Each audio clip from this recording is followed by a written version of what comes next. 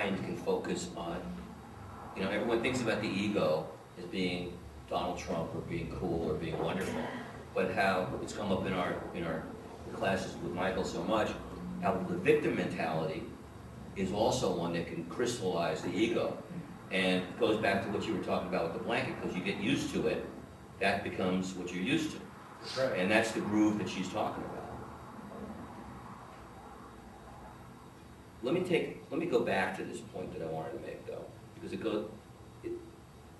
this is what really struck me. When I'm thinking about dreaming with my eyes closed, and I see that world as real as this outside world, what that said to me was, and this is what you guys have been talking about, I think, is the extent to which we create and this is what you were saying, we project the world that we're actually living in, not just in our dream world, but in our actual world. You absolutely do. You're controlling. I mean, how many of us have walked into a party, but you didn't really feel like being there? You didn't feel good about yourself. You weren't feeling. Were you attracting people to you? No. And it's funny. There was. I was talking to a young man recently, a very handsome, good-looking guy in his mid-20s, and I said, wow.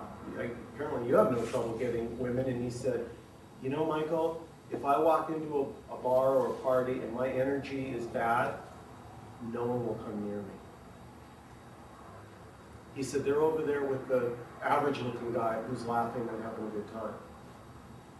So we don't even realize it. When we're sitting there pissed off at the world and we're saying, nobody loves me, and then we bring that energy into the party,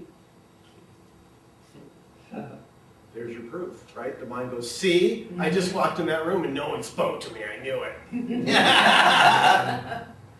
How do you know about my life? So you're a counselor, and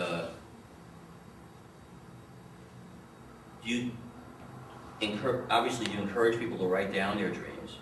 Can you talk about the process a little bit, about how you get somebody to get out of that victim mentality? I mean, you did it with me a little bit.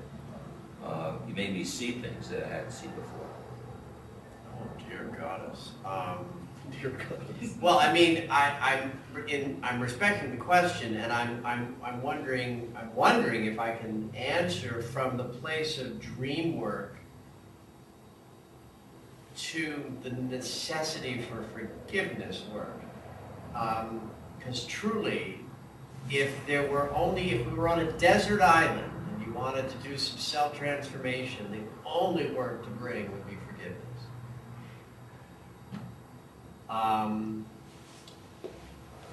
So I'm sure that I can somehow be brilliant inside this idea that, and I'm struck by something that you said about safety. And while I definitely am I'm a masculine approacher to the work, I think that, and the more work I've done on myself, I think more people are able to feel safe in that presence, even though I'm not exactly soft.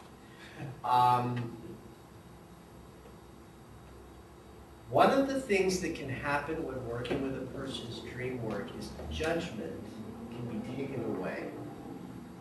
So here's how it might look. I have a dream. I'm terrified of the dream because it's a scary image. And so I have a sense that dreams mean something. And so it means the scary image is scary and I'm scared of it, and therefore I know what the dream means. The dream means I'm scared and it's scary and I'm in a loop. All right, and I'm nowhere, right? Because all I am is the example I always use in every workshop or talk I ever do is the woman who was dreaming about murdering babies. She was pregnant, she'd give birth, the baby would come out and she'd rip its head off, and various and sundry other murderous and bloody acts. And all she could think about was how terrified she was of the dream, and so that the experience of the dream was her terror of it. But that's an analogy for patterns and stuckness. The pattern of unlovability is just like being terrified of a dream and thinking that that's what it means. So what I do is I introduce the concept that I outlined in my book, which is that symbols are a language. It's the language of universality. How do you interpret a symbol for its universal meaning? You look at its use, its essence, what it does, what its qualities are, what's its purpose. And when you do that, you free yourself from the terrifying judgments. I'm murdering babies, that must be bad. Well, for one thing, it's illegal. And for a second, it's just kind of brutal, right? When you think about it.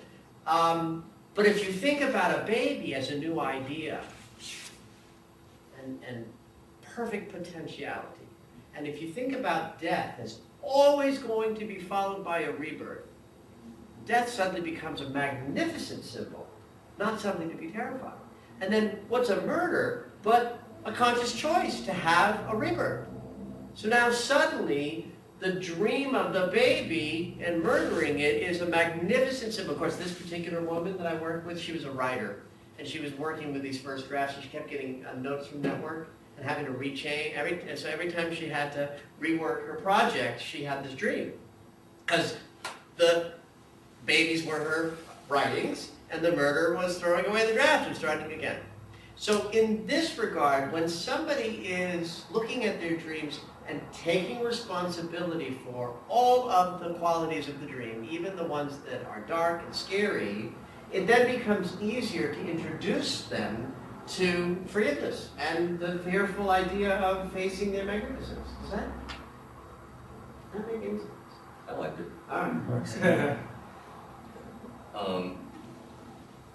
You talked earlier about, and I think this is on your website, the Marianne Williamson quote, that the world is not served by you playing small. And that seems to be, how do you get people to, I mean, Michael mentioned me before, but how does your work get people to grow? There is so much fear of success, even worse than fear of failure is fear of success, fear of our light, fear of our magnificence. And again, part of that fear is, oh my God, I'm going to have to do stuff that I don't want to do. My God, I'm already exhausted. If I'm magnificent, I'm going to be totally worn out. I won't have time to go to the gym or go and have a drink with friends. I'll be too busy being magnificent.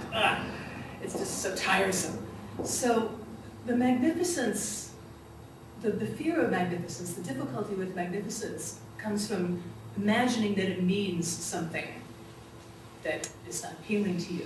So when one reinterprets, reframes what magnificence means to you, and that is an infinitely fluid, changing definition. Your magnificence may look like one thing today, and it may look like something very different 2 weeks, 2 months, 2 years from now.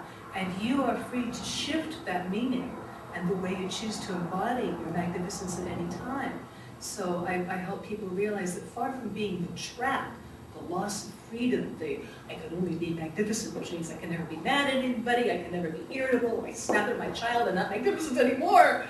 And just let go of the idea that there's a have to about any aspect of magnificence, and to realize that it frees you to be exactly who you are in the moment, and accepting yourself.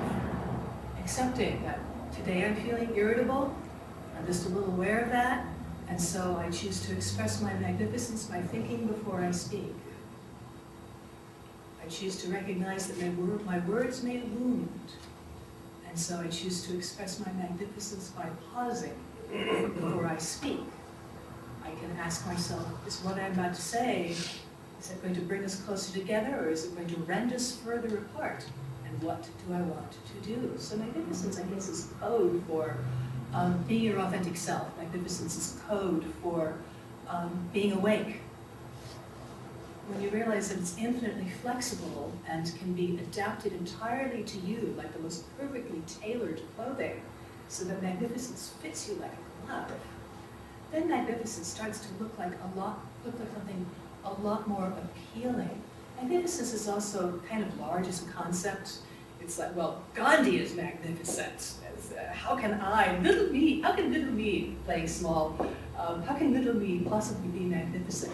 Well, there are as many definitions of magnificence as there are people. You are magnificent simply by breathing in and out. The magnitude of magnificence is infinitely flexible. And you can be magnificent in a small way, a big way. It really means just being yourself and accepting yourself for who you are. You are as God made you. How can you possibly get more magnificent than that? And you're as God made you in every moment, not just the minutes when you're being spiritual, not just the times when you're being understanding, not just the times when you're struggling for forgiveness. You're magnificent all the time because you're as God made you all the time. And all your irritability and frustration and wondering when the heck is X going to happen, or how long do I have to wait till Y shows up in my life. That is magnificence too, because you're being real. Being honest with yourself, you're not pretending to be something other than who you are. Spirituality in all of its aspects is intended to free you, rather than imprison you or shackle you with a narrow definition of what are acceptable behaviors, what are acceptable emotions. It unleashes you, it frees you, and lets you be who you are and feel really good about it. It kind of reminds me, actually, Michael just put a post up on Facebook, I think a day or two ago, about who you really, which we talk about all the time, who we really are, and if there is no real one of us, about the different, that you're just a bunch of different perspectives. Can you talk about that a little bit? Yeah, and I actually wanted to piggyback on what Moira just said, and you took the words that just as I was thinking it, she said it. You did. It was so funny. It was like, oh, she got it. It was, that happens a lot though. As you get in sync with life, there is a flow, a naturalness, a rhythm, and you do kind of get psychic, like amazing things happen. But I was going to say, magnificence to some of us can sound a bit overwhelming. It could sound like, gee, that's a big word, magnificent. But the word also, is being authentic. Being authentic. It's like, that's your magnificence. To own. See, I know for me, when I started out on this path a long, long time ago, I was in the love and light crowd. Like it was bliss and love and light, and I've sort of rebelled, I'm kind of like you now. It's like, because I see the trap. Yeah. It's what happened was, so anything negative or depression, you just didn't look at it, or you stuff it away, or chin up, put on a happy face, slog through it, I must be doing something wrong because I'm feeling shitty.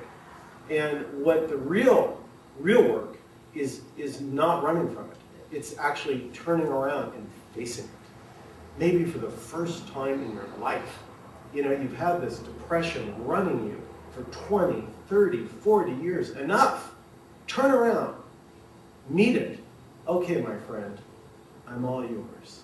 What do you have to do?